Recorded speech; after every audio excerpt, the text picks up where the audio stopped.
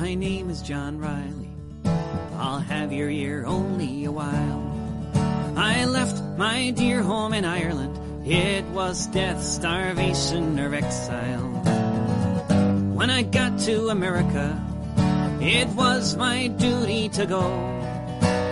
Enter the army and slog across Texas to join in the war against Mexico. Jaume, el del balcón de la resistencia, el que desafió con un altavoz, un puñado de amigos y mucho sentido del humor a todo el aparato mediático del independentismo catalán. Así pasó a la fama en 2017 y se paseó por los platos exponiendo sus ideas. España descubrió a un joven barbado y con la cabeza al rape como un ermitaño de otro siglo que decía, sin embargo, verdades atemporales. El independentismo catalán, o mejor dicho, un sector ruin del independentismo catalán, rebuscó en la historia de Jaume. No les bastaba su nombre o apellidos catalanes para mirarlo como un igual. Seguían sin considerarlo un compatriota a pesar de que hablase catalán desde la cuna. Y encontraron su punto débil, su defecto. Era católico. O peor, se creía los dogmas del catolicismo, o sea, un ultracatólico. Pasaron por alto sin duda la cantidad notable de católicos y ultracatólicos que hay en las filas del independentismo. Luis y yo conocíamos a Jaume antes de aquel balcón, que sigue firme en la calle Balmes a escasos metros de donde estoy grabando. Lo conocimos antes de esto, pero no antes de la barba. Y Jaume entonces tenía otros proyectos mucho más grandes que el balcón. Él dice no arrepentirse de aquellos sucesos porque la injusticia siempre ha de combatirse. Pero precisamente por eso, el Jaume que conocimos se lanzó antes de los 20 a vivir en las calles de Barcelona, a conocer la verdad de las personas doblemente pobres de su ciudad, por encima de todos los prejuicios. Después de eso publicó 2 libros, Pobres pobres y Las putas comen en la mesa del rey. De tan ultracatólico, Jaume se creyó hasta el final esa verdad evangélica que promete a los pobres mucho más que una revolución. La injusticia exige confrontación, y los caminos de Jaume pasaron del periodismo español al periodismo de guerra. Se fue a donde el Estado Islámico, con sus banderas negras, aterrorizaba a los más desfavorecidos. Los cristianos perseguidos de Oriente Medio son los pobres pobres de nuestra era. No solo les falta lo material, ni siquiera tienen la atención del mundo. Pero sí la tuvieron de Jaume, que se fue en los peores años de violencia a escuchar sus historias, a recordar su dolor. Sí, es ultracatólico hasta el punto de descubrir lo del amor más grande, aquel de aquellos que dan la vida de verdad. Y entonces entendemos que Jaume diga que la injusticia catalana, al fin y al cabo entre burguesías muy ricas, ha de ser combatida, sí, pero existen otras injusticias más apremiantes, más interesantes. De aquellos años en el adusto Oriente Medio surgieron los documentales de Guardianes de la Fe, y ahora ha publicado un libro fotoreportaje titulado Testigos de un genocidio. Y es que Jaume es un ultra, más católico que protestante, y ha venido a beber y a conversar con nosotros. Pero no lo hace porque seamos de su cuerda. Se ha tomado cervezas con periodistas catalanes independentistas que decían odiarle. Se las toma tanto con De Prada como con Miguel Ángel Quintana Paz. Aporta mucha luz en el mundo de la comunicación, pero hay un foco especial en su concepción de la persona y su concepción del adversario, que no son dos concepciones contradictorias. Jamás el contendiente del debate deja de ser persona, por injusto o equivocado, que no nos valen las armas inhumanas, por retóricas que sean, para aniquilar al adversario. Ultracatólico es Jaume hasta el punto de que admira muchísimo a David Fernández, otrora líder de la izquierda radical catalana. Porque dice, es que es auténtico, su autenticidad me arrastra. Así es, señoras y señores, que a los tibios los escupan. Nosotros nos quedamos con el café calentito y auténtico. Recuerdo unas palabras de Bustos, cuando un héroe español se lanzó con un monopatín contra las cuchilladas de unos terroristas islámicos en Londres. Los lobos nunca podrán compararse con los perros pastores.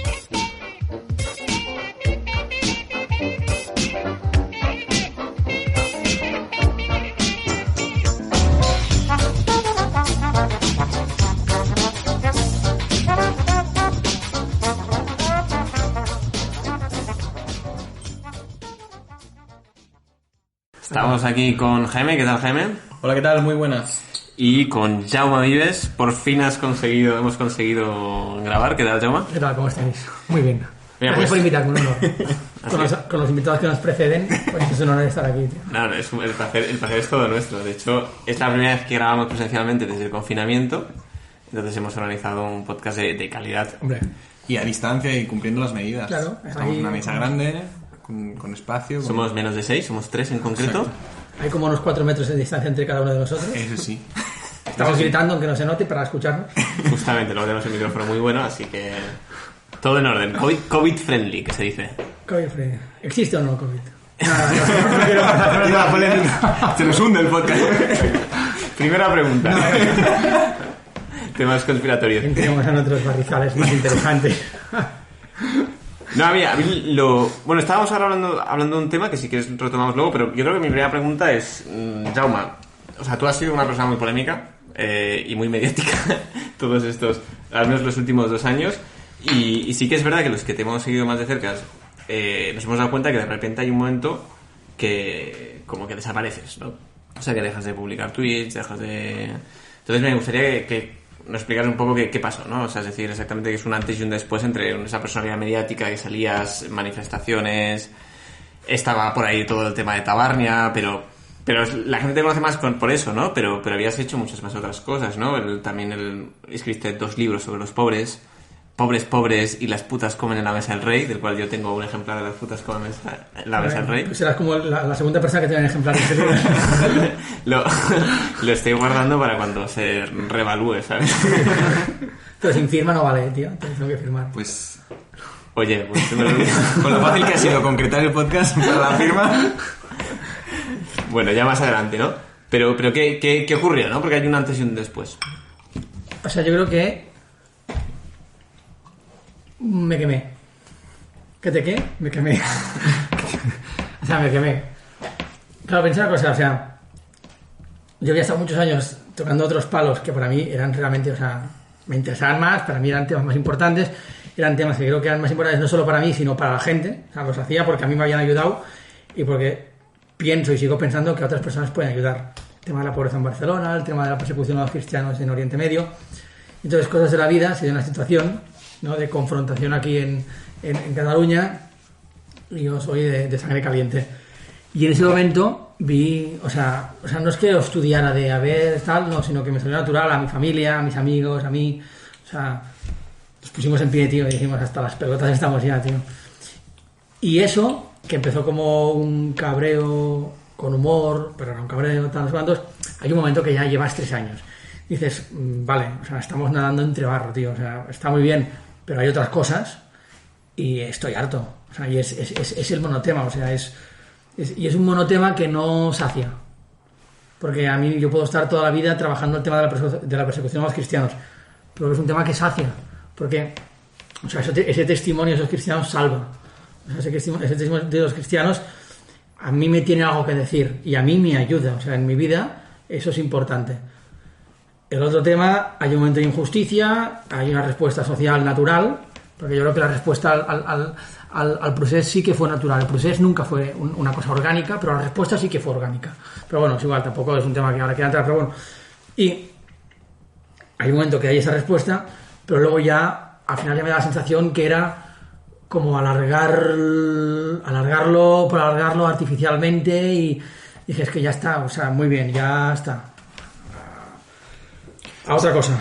Es que para muchos en general en España eres Jaume el del balcón de la resistencia, ¿no? El friki. Y, no, friki no, pero no, hay mucha gente que en España simpatizó mucho con el proyecto, con el fenómeno del balcón, pero es lo que tú decías, ¿no? Que tenías 1000 proyectos más muy interesantes y sobre todo, me parece muy interesante lo que decías, ¿no? Que para ti es más importante quizá el testimonio de los cristianos en Irak, quizá otros asuntos, que seguir embarrando con el tema del procés, ¿no? O sea, en su día no te diré que me arrepienta de lo que hizo. O sea, a ver, si a alguien le falta el respeto, si a alguien tal, pues evidentemente no te diré, no hice nada, no. Creo que en general pues fue una cosa que estuvo bastante bien y muy sana. O sea, no es que me arrepienta.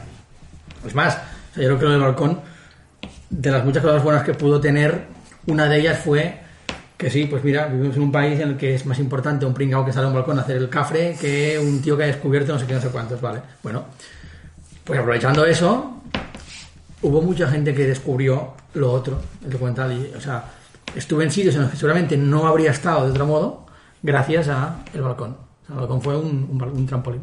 O sea, no a crecer profesionalmente, sino a lo que ya se estaba moviendo en un sitio, en un target concreto, saltarse a otro target. Entonces, encantado. O sea, también tuvo Y luego creo que lo pasamos muy bien, o sea, digo, ya te digo, no es que me arrepienta, pero hay un momento que dices, ya está, monotema, harto. Totalmente, o sea, yo creo que es la sensación que tenemos todos en Cataluña. Y para yo cualquier persona así, o sea, en su día era como, mierda, que lo van a conseguir, qué coño están haciendo, se les está yendo la castaña, pero luego te vas a pensar y dices, hay tantas cosas más importantes que eso. No. Tantas.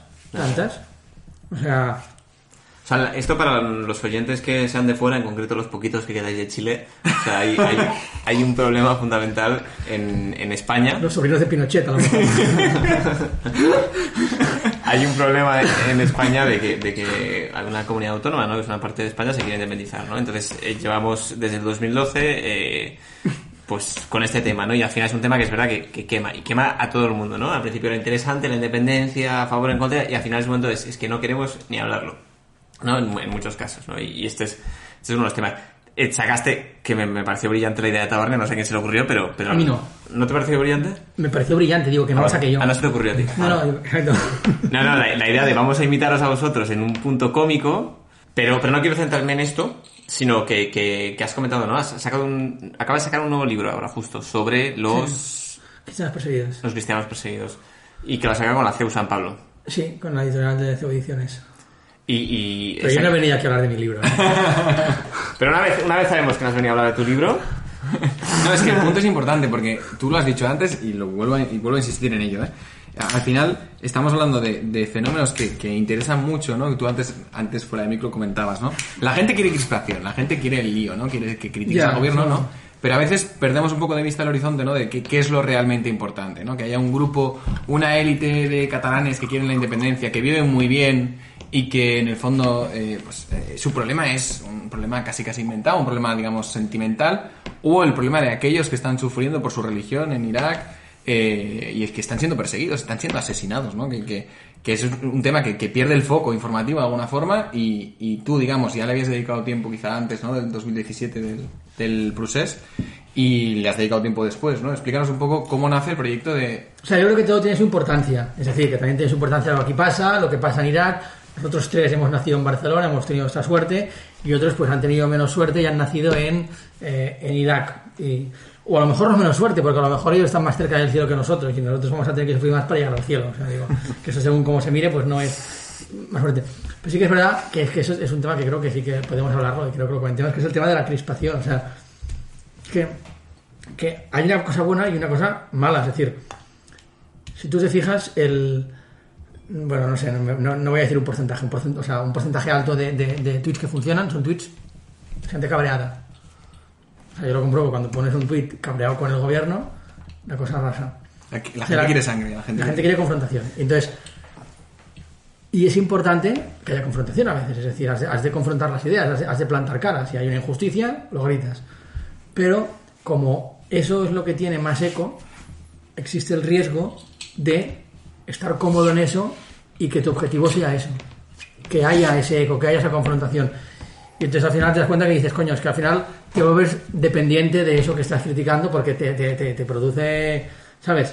O sea, sí, como que tu objetivo de la vida es la confrontación y no lo que tendría que venir después. Exacto, y eso es peligroso, y por eso te decía que, o sea, eso atrae al principio, y atrae mucho y se hace muy viral, pero luego yo también tengo esperanza en que la no confrontación, el sosiego, el profundizar también atrae. Y os hablaba de, no es vuestra competencia porque ya no se hace, y si se hiciera estaríais a la par. Pero el otro podcast, que es Lágrimas en la lluvia, que era un programa de radio, no era un podcast, pero es un programa que dura 2 horas y media, sin contar la película que te ponen, que yo qué sé, pues un programa sobre la democracia, otro sobre... yo qué sé, pues el sistema parlamentario americano, otro sobre el Concilio Vaticano II, otro sobre tal, bueno, 1000 temas. Y realiza una película y un debate. Está el presentador, que es de Prada, y 4 ponentes. Y es un programa que son 2 horas y media, intervenciones de 5 minutos, de 10 minutos, y el tío tiene 10 minutos para desarrollar una idea. Y es una cosa que es muy seguida, y era muy seguida. O sea que también hay espacio para eso, pero me he ido por las ramas, pero vamos, es decir, es que eso es importante también. O sea, no es que esté la confrontación, pero eso es esencial. Luego, tú tenías es que no me ha venido Juan Manuel de Prada, tú tenías un programa de entrevistas en coche. Bueno, sí, hice un programa de entrevistas. Muy innovador. Juan Manuel de Prada, o sea, yo creo, o sea, quería compartirte las impresiones. Es una persona que es muy interesante leerla, pero a veces me da la impresión de que no está en esta sociedad, al menos escribe desde el pasado. No, sí que está, O sea, pero en el sentido de que sus textos a veces resultan un poco ajenos, tal vez. Es decir, comparándolo con Gregory Lurie, por ejemplo. O sea, me da la impresión de que Gregory Lurie es como más... O sea, que consigue hacer el mismo efecto, ¿no? Pues recuperar la tradición y explicártelo. O sea, es que estás hablando con dos detractores de Prada, ¿eh? Aunque lo queremos mucho y ¿sí? lo apreciamos bastante. Reconocemos que... Eso me lo tienes que haber dicho porque entonces si llego a saber que estoy con dos secretarias no vengo. No vienes, ¿no? O no os traigo el vino. No, oye. Ahora aquí, exacto. Oye, es que defender a de Prada porque Hombre, nosotros sí, vemos... Yo creo que se defiende solo, o sea, digo... O sea, vemos, o sea, desde nuestro punto de vista, vemos que defiende una serie de ideas que podemos compartir, pero no sé si son las formas o si son, yo qué sé, el contexto en el que los defiende que nos resulta forzado, quizá un poco... el otro día lo comentaba con un amigo, ¿no? Me decía, un amigo que es un gran lector de Chesterton, me dice, es que pretende ser Chesterton pero sin la amabilidad. O pretende ser Chesterton pero sin la gracia, ¿no? El tío decía así en su grandilocuencia. No sé cuál es tu opinión, Pero yo te puedo decir que, o sea, cuando tú le conoces personalmente, tiene la amabilidad y tiene el cariño. Y no, o sea... Y eso me ha pasado con muchas personas. O sea, con personas que a ojos del mundo son personas intransigentes, son personas tal. Luego yo he estado con esas personas tomando una cerveza. Son cariñosos, son comprensivos. O sea, no ven lo que tú piensas, te ven a ti. Y eso, no sé quién lo decía. No sé si lo decía Chesterton, de hecho que... No sé quién lo decía, pero da igual. Luego buscas quién lo decía. Luego lo quitamos, exacto. Pero no lo decía Ratzinger, ¿vale? Ni Pinochet. Vale. Que es... O sea, el mundo es intransigente. ¿Cómo era? No, el mundo es intransigente porque no cree... Joder. Mira, tengo Google aquí, ¿eh? Sí, bueno, pero búscalo porque es... Ah, pero no, yo tengo tu conexión a internet, Jaime, ¿o no? No lo tienes. No, ¿cómo era? Sí que la tengo.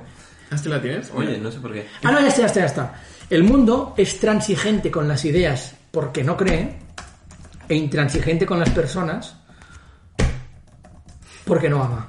Ah, mira. Y la iglesia es Vale, es que... intransigente con el mundo porque cree y transigente con las personas porque ama. Y eso, o sea... Creo que es Chesterton. Puede ser. Bueno. Pero ha quedado clara la frase, ¿no? Ha quedado clarísimo. Y entonces, o sea, es verdad que, o sea, hay gente que tú la lees y dices, ah, pues mira, a mí me ha pasado esto. O sea, amigos indepes que en su momento, cuando leían lo que yo escribía o lo que hacía tal, pensaban, o sea, que yo estaba, o sea, cultivando odio por dentro y tal. Y yo me lo estaba pasando muy bien. O sea, no tenía... Pero sí, que no te movía la pulsión. O sea, no me movía el odio en ningún momento. Pero en ningún momento, ¿eh? O sea, luego sí que podemos hablar lo que hicimos anoche antes del referéndum. Y no fue una cosa movida por el odio. Luego lo podemos... O sea, la cuento si queréis. Pero la imagen, así, o sea, cuando tienes deshumanizada a la persona porque no has tenido la posibilidad de humanizarla, pues sí, puede ser, yo que sé, pues este tío es un depresivo o siempre lo ve todo gris. Pero luego ves que no es así. Y de verdad que de Prada, o sea, o sea, puede parecer a veces pesimista. No lo es, yo le pregunté, o sea, pero es muy pesimista esto, todo lo que me dices. No, dices, es la esperanza del cristiano. O sea, la segunda venida. Nosotros quizá tenemos el problema de que juzgamos a De Prada por sus textos y ya está, ¿no? Conocemos a la persona... No, a ver, yo lo conocí un día, ¿eh? Pero no tanto como tú. Yo lo conocí en una firma de libros. Es de la firma de libros en una cola de Twitter. Yo lo conocí un día, joder. Una foto y luego haces a Twitter. Bueno, aquí con mi amigo JM. Lo vamos a invitar a un podcast. Claro, lo podéis invitar a un podcast. Pero de verdad que es... En serio, a mí, por ejemplo, es un tío que me da mucha luz. O sea, y ayer... Es que quiero acabar de matizar mi idea. O sea, yo en ningún momento he dicho que sea un hater de Prada. O sea, a mí de Prada me gusta. Y me ha gustado mucho durante bastante tiempo. Lo que pasa es que últimamente, a raíz de leer y tal y cual, me da la impresión de que no sé, o sea, me resulta un poco más ajeno por cómo escribe, por las palabras que utiliza tal y cual. Me da la impresión de que está él en su desierto y que no vive en el mundo real. Pero que es verdad que no digo eso que su texto sea menos menos convincente, ¿no? Es verdad que él hace algo que es digamos, es filosóficamente profundo, que es atacar al liberalismo en vez de atacar al marxismo, ¿no? Que es la base del liberalismo.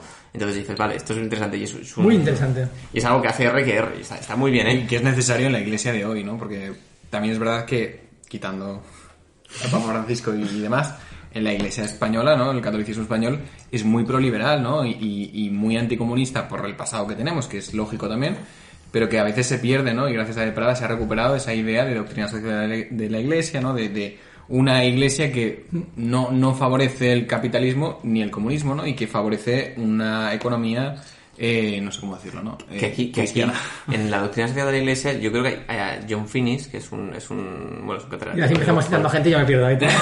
No, pero está el académico, el doctorando.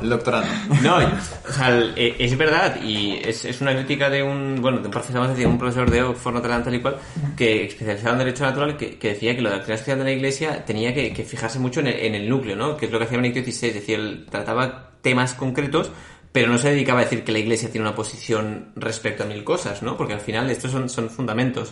Y lo que está pasando ahora, pues con el Papa Francisco, y no quiero seguir más sobre ese tema porque me puedo seguir por derroteros. No es allí donde quieres ir, Luis.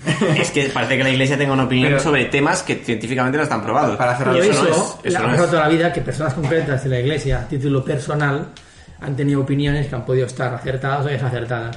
Y ya está. Y habrá gente que cometerá el error de pensar que hay que escucharlas, vengan de donde vengan. A mí me queda una pregunta con lo que ha dicho Luis, desde el conocimiento de Prada, ¿no? De Juan Manuel de Prada. ¿Tú crees que, porque la sensación que yo creo que decía Luis es que por los textos parece que juzga bien, pero que está fuera del mundo? ¿Tú crees que está fuera del mundo? No.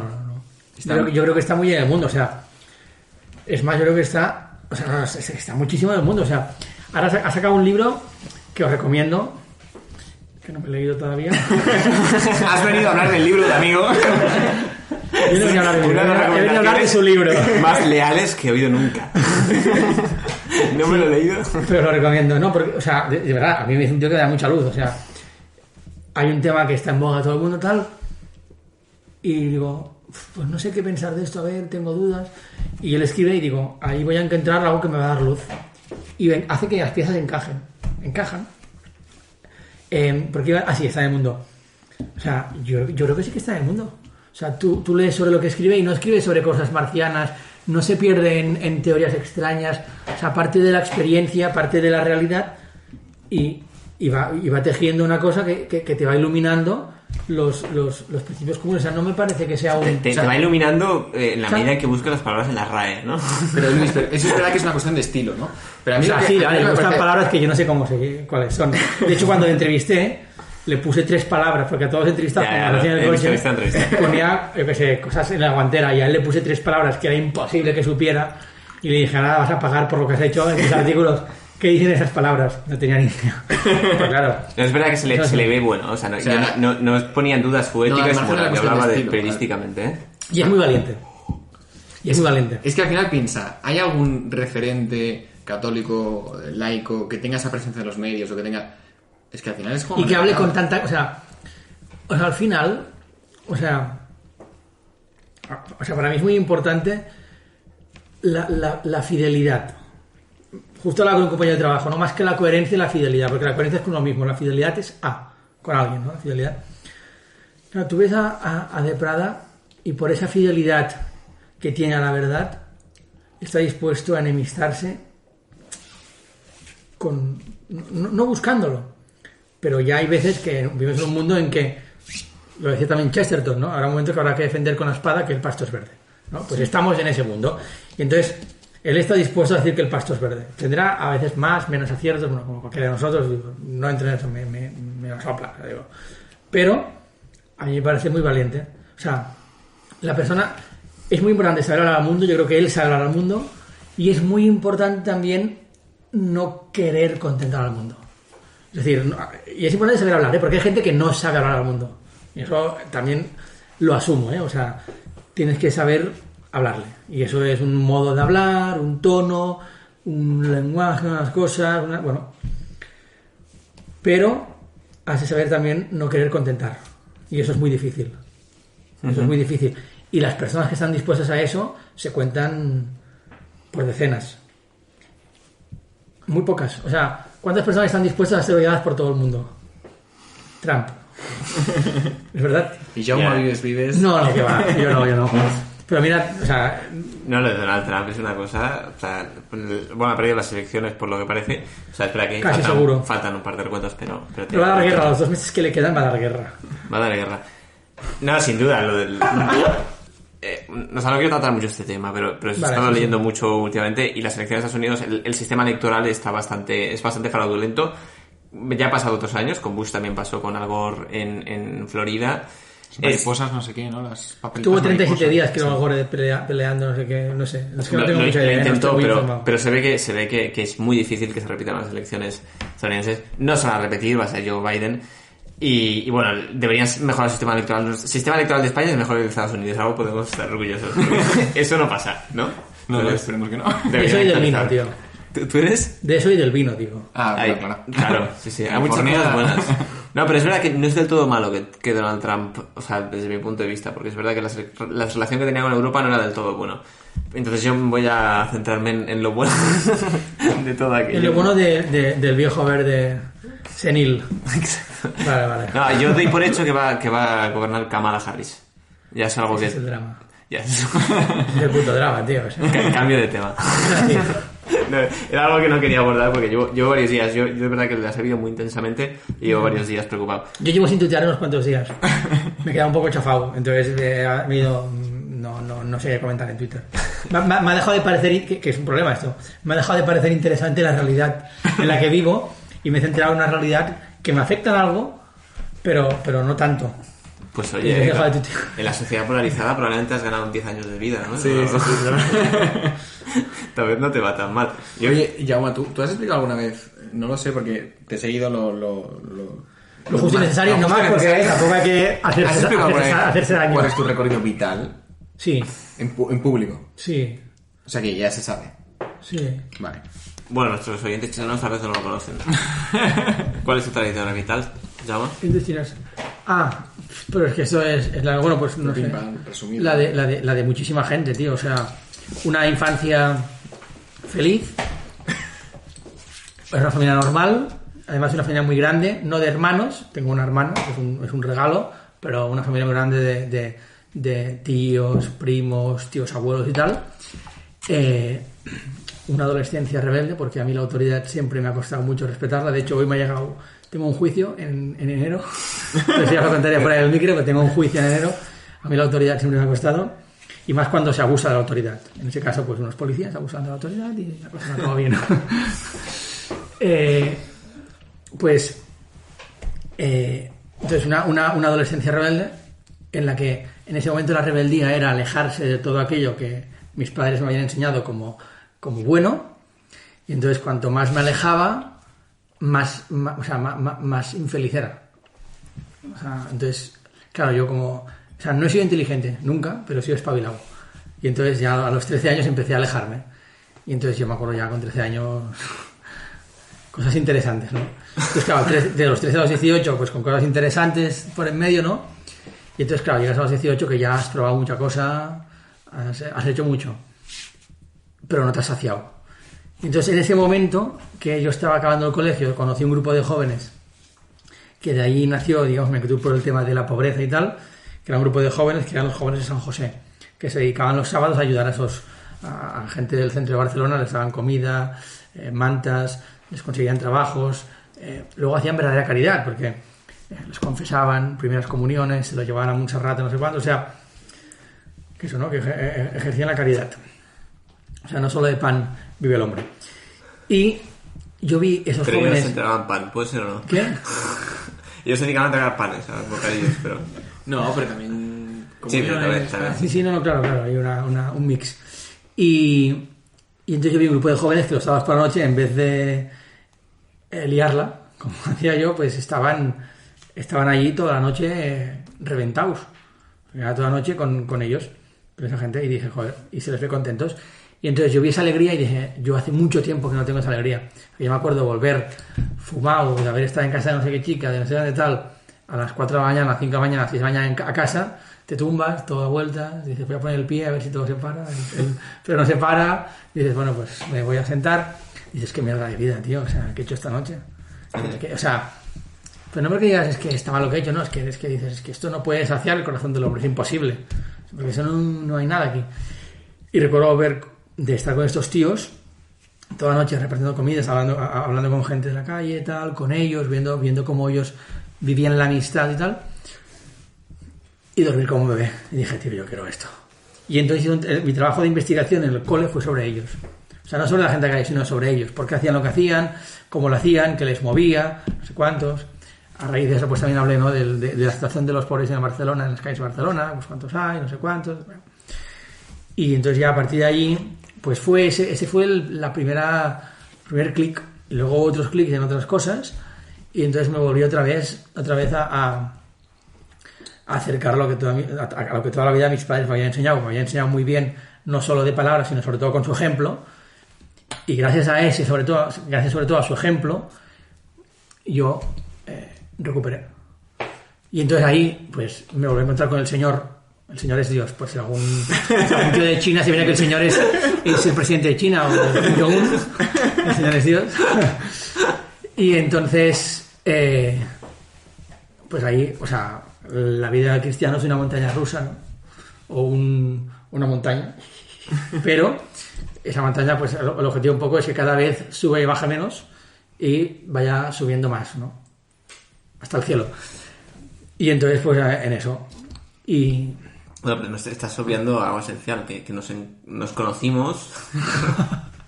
Estás obviando cuando conociste a Luis. Ya, eso no lo quería decir, pero ahí fue cuando la montaña rusa bajó. Cuando bajó. Yo recuerdo bajar la calle Montaner porque tú grabaste, o sea, cuando hiciste el libro este de Pobres, que te pasaste, no sé si una semana o 10 días. ¿Cuándo? Ya me acuerdo de esto, yo de una cosa. Es verdad, me acuerdo. Fue Montaner Vía Augusta. Vía Augusta. Que yo era el día que volví a casa, ¿verdad que sí? Justo. Que tú habías estado, no sé si 10 o 7 días viviendo con los pobres. Y de repente subo las escaleras del metro de Montaner. Qué fuerte. Y me encuentro con Jaume, que olía, pues... que daba gusto. Olía a pobreza. Que olía... A oveja, tío, oveja, no hay que hablar de oveja. Oveja, justo. Y que me hizo un amago de abrazo. Y justo me contaste, tío. Me dijiste, bueno, acabo de venir, tal. Me explicaste cómo manejabas. Recuerdo que me explicaste que tenías unas libretas, que ibas a tu tío y se las dabas, algo así, para que no te las quitaran. Tenía unas libretas pequeñitas y yo iba escribiendo allí, pues yo qué sé, hoy he comido con esta persona, hoy estoy recogiendo chatarra con este. O sea, escribía ahí un montón de cosas, sensaciones, vivencias y tal. Y cuando tenía la libreta escrita, se la daba a mi tía, que mi tía trabaja muy cerca de Plaza de Cataluña, ahí cerca de Puerta del Ángel, y entonces se la dejaba a mi tía para que me la guardase, por si me robaban por la noche o lo que fuera, que yo tuviera la libreta. Y luego esa libreta es lo que se convirtió en esas 5 libretas en el libro. O sea, dando por hecho que aquí recomendamos la lectura de Pobres, ¿podrías resumir un poco esa experiencia con los pobres de vivir? Porque ¿qué eras? ¿Un chaval de 19, 20? Sí, 20 yo creo. 20 años y viviste con los pobres en la calle de Barcelona 10 días. Sí, no, estuve 8 días creo. Y cuando más aprendí fue cuando volví a casa, porque luego volví a casa el día 24, que era el santo de mi madre. Pues era Joana, mi madre. Y volví a casa y esa noche muchos cobraban, porque tienen que si el PIRMI, la no contributiva, o sea, no sé qué nombres técnicos reciben, ayudas que ellos reciben. Y esa noche muchos cobraban, y entonces yo... O sea, muchos de los pobres nos estoy viendo. No tu madre. Vale. Y entonces volví a casa porque tenía que hacer el canguro de unos chavales. Y entonces todos los libros que yo tenía me iba con mis amigos de allí, pues a pasar la tarde con ellos en función de mi horario, o a cenar con ellos, era el cumple de uno, pues nos íbamos a Burger King, lo que fuera. Y en ese mes de después, en esas 2 semanas de después, porque luego ya se quedaban sin dinero, ahí aprendí mucho. O sea, vi mucho más, porque ves una realidad muy distinta. O sea, porque ahí salen a flote todos los vicios. Claro. Porque tienen de repente dinero claro. Y salen todos los vicios y ahí ves mucho más. Pero bueno, también personas que conocías desde hace tiempo que de repente con dinero se transforman. Sí, o sea, descubres cosas curiosas. Me acuerdo que en su día hice un decálogo de 10 cosas tal. Pero bueno, el decálogo ahora a lo mejor nos alargaríamos mucho. Me acuerdo de este decálogo. Puede ser. Es público, o sea, puedes verlo en un vídeo en YouTube de presentación pobres o algo así. Pero esto va más allá. O sea, yo recuerdo que hubo un intento de hacer una revista hace tiempo y te pedí si podías escribir algo. Sí. Hiciste el decálogo ese. Sí. Pero luego no salió porque... No voy a entrar porque no salió, pero... Cuéntame, ¿qué no salió? ¿La revista o mi artículo? No salió la revista. Vale, no el artículo. Pero por cuestiones económicas y que... Bueno, no voy a entrar, pero personas que ponían más palos o las piedras, palos en la rueda. Sí, eso suele pasar. Suele pasar, pero sí recuerdo el decálogo. O sea, 10 cosas... Que luego... ¿Y cómo lo sabe esto? No lo sé. Y luego se pueden... No, porque le acaban de escribir una cosa... Un amigo en común, Jaume y mío, que me escribe diciendo saludos a Jaume. Yo no sé cómo te controlan tus amigos, tío. Ya no sé cómo saben que estoy aquí. Porque has ido a Instagram. Te lo he puesto. En Twitter y Instagram, las dos. Pues luego le llamamos. Fue muy divertida la última despedida soltero con él. Sí. Es que es un amigo en común que a mí, por ejemplo, en mi boda me sacó a bailar como si fuera yo una mujer más de la fiesta. Pero, o sea, el decálogo, yo creo que en algún sitio estará en vídeo, está en la presentación tal, pero al final sí que hay dos cosas. Lo que decías, ¿con qué te quedas? O sea, hay un decálogo y hay cosas de decálogo que pueden ser más o menos morbosas, más o menos interesantes, pero hay dos cosas. Una es que, a ver cómo eran, había dos cosas. Una era el tema de... Si es con lo que te quedas, Jaume, lo tienes que tener. Sí, es verdad. Ya me están dando cerveza estos chicos. No, porque es que no sé... Si ponemos a prueba, los invitados. No, pero es igual, pues no voy a decir número, no voy a decir dos cosas. Voy a ir diciendo cosas y a lo mejor son dos, a lo mejor son tres. Tienen que ser dos. Si son más de dos, es que estoy diciendo cosas que no deberían ser, pero... Por ejemplo, una es la soledad. O sea, tú nunca vas a poder... no, esta no era una de las cosas. Una de las cosas es... No, esa era una de las limitaciones con las que yo partía. Porque ellos, muchos no tienen a nadie que les esté esperando en casa. Yo sí que tenía a mi familia, a mi novia, a mis amigos, me estaban esperando en casa. O sea, digo, no... O sea, en ese sentido yo nunca... Yo sabía que nunca podría sentir la soledad como ellos la sentían. Porque a mí me estaban esperando. Y luego que yo sabía que cuando quisiera volvería a casa. Ellos no... A lo mejor no saben si volverán, a lo mejor nunca volverán. Y esas son dos limitaciones con las que yo partía a la hora de enfrentarme a esa realidad. Entonces, pasando esas dos limitaciones, pues todo lo que yo viví y tal, pues es un poco lo que yo plasmé. Pero no eran dos cosas. Dos cosas que nos ponen en común con ellos. O sea, una es que todo hombre... O sea, en el corazón de todo hombre está el deseo de amar y de ser amado, ¿no? Y en la medida en que uno es capaz de amar o de ser amado, pues tiene en su corazón un vacío. Y entonces, ¿qué pasa? Pues que yo a lo mejor me encontraba me invento un nombre, Raúl, un lunes por la mañana, borracho, en Barcelona, en las Ramblas. Y claro, tú dices, joder, qué tío más desgraciado, ¿no? Es un lunes a las 8, qué pena. Y luego dices, bueno, vale, sí, muy bien. Yo voy a estar borracho el viernes, o el sábado, o el jueves, da igual, ¿no? El jueves. Dice, ¿qué cambia? Pues cambia que yo vivo en una sociedad... porque al fin es un mundo distinto, o sea, viven en nuestras calles, pero es una realidad muy distinta. Pues viven una realidad muy distinta en que hay unas normas y en las que se ha normalizado emborracharnos el viernes por la tarde en vez del lunes por la mañana. Pero al final es lo mismo, en muchos casos, que es una huida hacia adelante. No quiero pensar tal. O yo qué sé, pues te encuentras uno que te dice, oye, tal, ayer me echaron de la biblioteca, qué cabrones. ¿Qué hiciste, tío? Y dices, joder, pues nada, me estaba masturbando allí y me quitaron. Es que son muy exigentes en la biblioteca últimamente. Sí, se ponen muy tiquismiquis. Claro, y dicen, joder, tal, y dices, a ver, tronco, tío, o sea... Y cuando yo salía por la noche, ¿a qué salía? ¿A buscar qué? O sea, ¿qué pasa? O sea, nos escandaliza porque nosotros vivimos con normas y normalizamos una serie de cosas y otras no las normalizamos. Ellos viven sin normas, están en la calle, entonces a ellos les da igual emborracharse el lunes por la mañana y masturbarse en un árbol cuando pasan unas chicas de fiesta o cuando están en la biblioteca que... ¿Me explico? Que formalizar la conquista en la misma discoteca. Sí, y acabar cualquier con los asesinatos. Es eso, que es la misma humanidad, ¿no? O sea, por un lado es eso, o sea, exacto, o sea, que es o sea, la misma inclinación al pecado al final, o sea, es el corazón no está saciado y como el corazón no está saciado, yo necesito saciar mi corazón. Y entonces, pues, lo sacio de mil maneras, o sea, con mucho ruido, y el ruido puede ser sexo, puede ser trabajo, puede ser música, y puede ser lo que sea. O sea, no guardaban esa máxima romana de guarda el orden y el orden te guarda a ti. Ellos no tenían ningún tipo de... No lo guardaban, ¿no? No, como tampoco lo guardamos nosotros, yo creo, ¿eh? Vale, lo intentamos. Luego Tenemos ahí. Y había una segunda cosa que no recuerdo, que creo recordar, a medida que le desarrolla, a lo mejor descubrí si es o no, que es que al final es... O sea, uno esto lo ve muy lejano. Dices, no, yo nunca voy a acabar allí. Porque yo tengo mis padres, tengo mis amigos, tengo un trabajo. Dices, pero sí, pero no, tus padres pueden... quebrar económicamente, morirse. Se mueren, tus hermanos te enfadas con ellos, te quedas sin trabajo, y no es tan difícil. Es decir, la única diferencia que hay entre ellos y nosotros es un techo. Punto. Sí. El que se masturba en el baño y el que se masturba en el casa Sí. pública. No hay más. Sí. Un techo, ya está. En el resto, o sea, no hay... Pero hay unas virtudes también, ¿no? Porque es que Sí. cobraban un dinero que no utilizaban para tener ese techo, sino utilizaban para unos vicios. Sí, pero sí. Tampoco es Me has dicho que había unas virtudes también, Sí. dices. Bueno, o sea, yo ahí estuve muy a gusto. Muy a gusto. O sea, me reí mucho.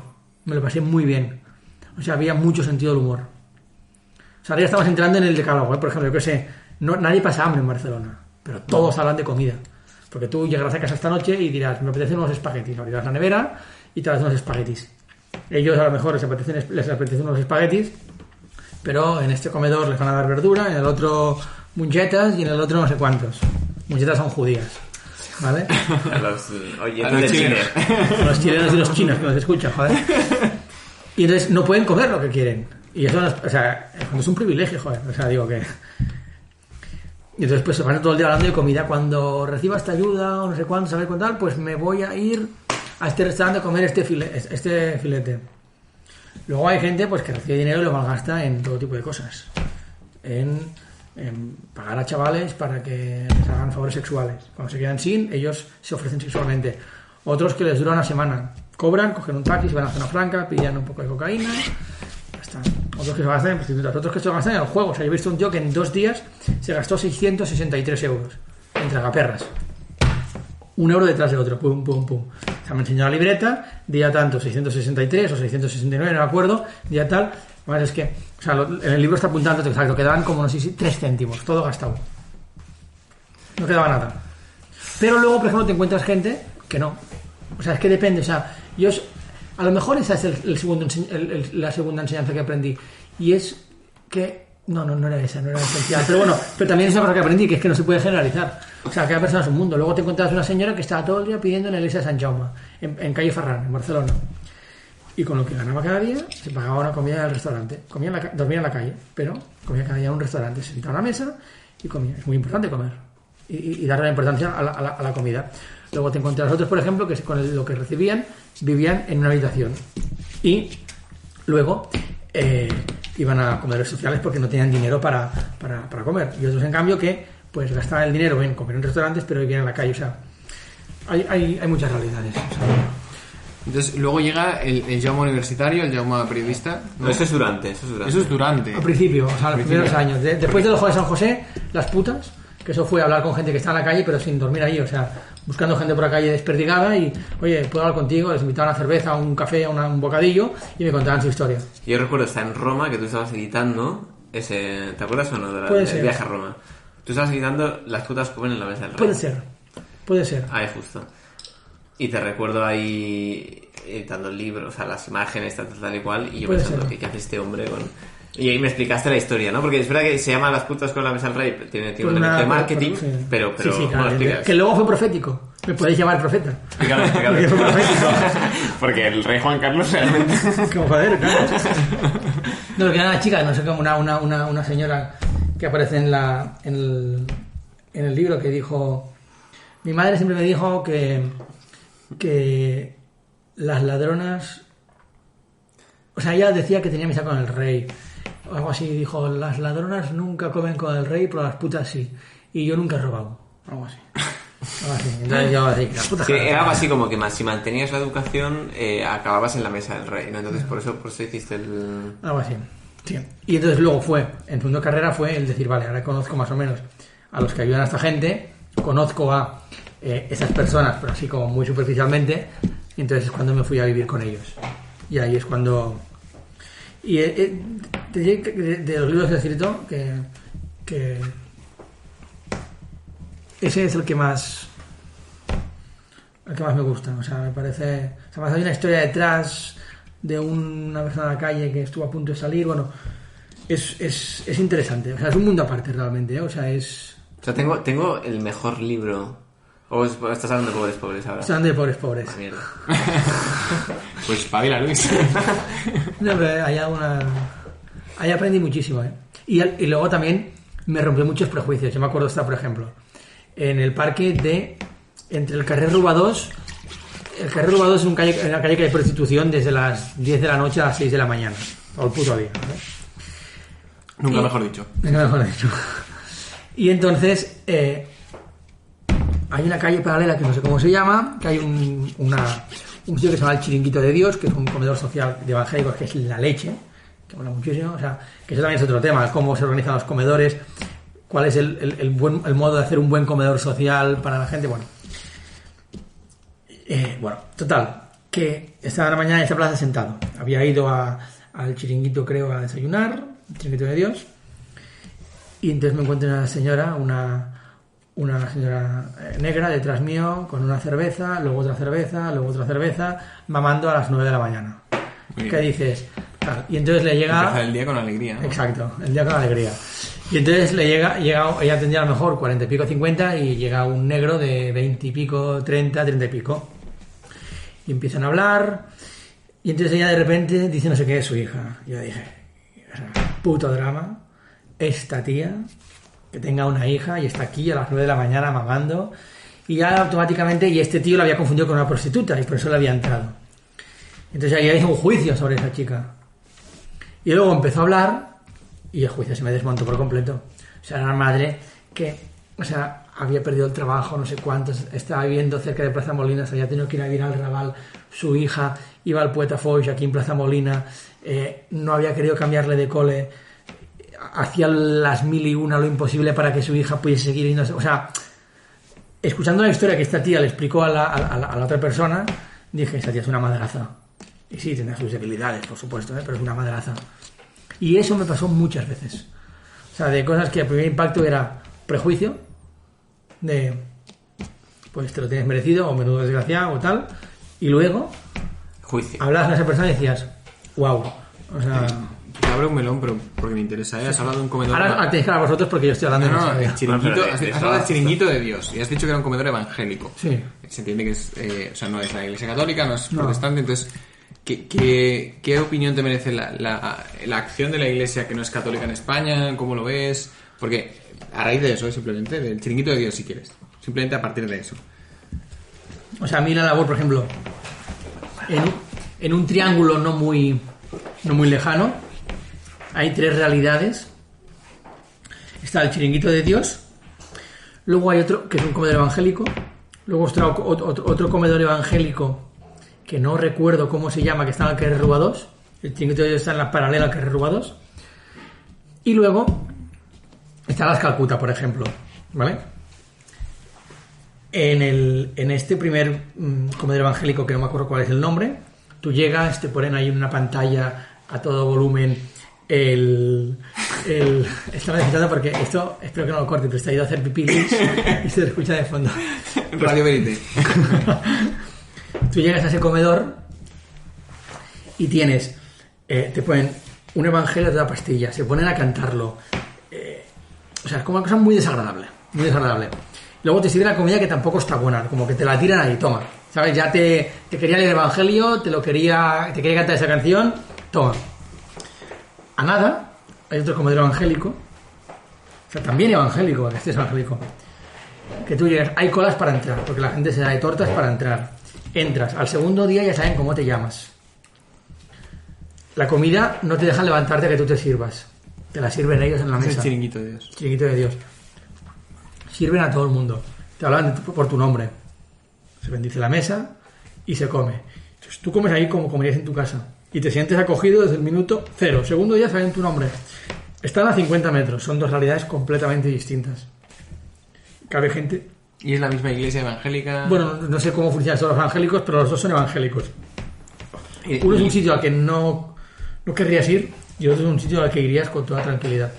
Y luego tienes las Calcutas, por ejemplo, que eso sí que es una realidad de la Iglesia Católica, que es verdad que cada día han de comer, no sé si son a 200 y pico, 300 personas, y eso es una labor encomiable, pero no tiene, o sea, no tiene o yo no viví, no percibí esa atención que sí que tenía el Chiringuito de Dios. En ese caso concreto, O sea, sí, un aspecto personal, ¿verdad? Porque yo he ido a ayudar a las Calcutas y tal y cual, no lo digo por... pero sí que es verdad que no conoces a nadie. Y es un sirves y se van. Y ya está. Y no sabes ni cómo se llama nadie y parece que las monjas tampoco, ¿no? Las monjas vamos a servir y se van. Creo que hay una barrera idiomática que es un problema también en las monjas de Calcuta. Claro. Muchas son de la India. Y ahí, o sea, por ejemplo, el Chiringuito de Dios, si vas mamado, si vas drogado, no entras. No te dejan entrar. Cosa que me parece también muy bien. En la Calcuta te dejan entrar, lo que hacen es te quitan el cuchillo, no puedes entrar con cuchillo. Lo comes todo con cuchara, no hay ni tenedor, creo, o sea, es todo con cuchara. Me parece prudente. Vaya, has vuelto a tomar, ¿no? Pues hoy cucharita sopa. Exacto.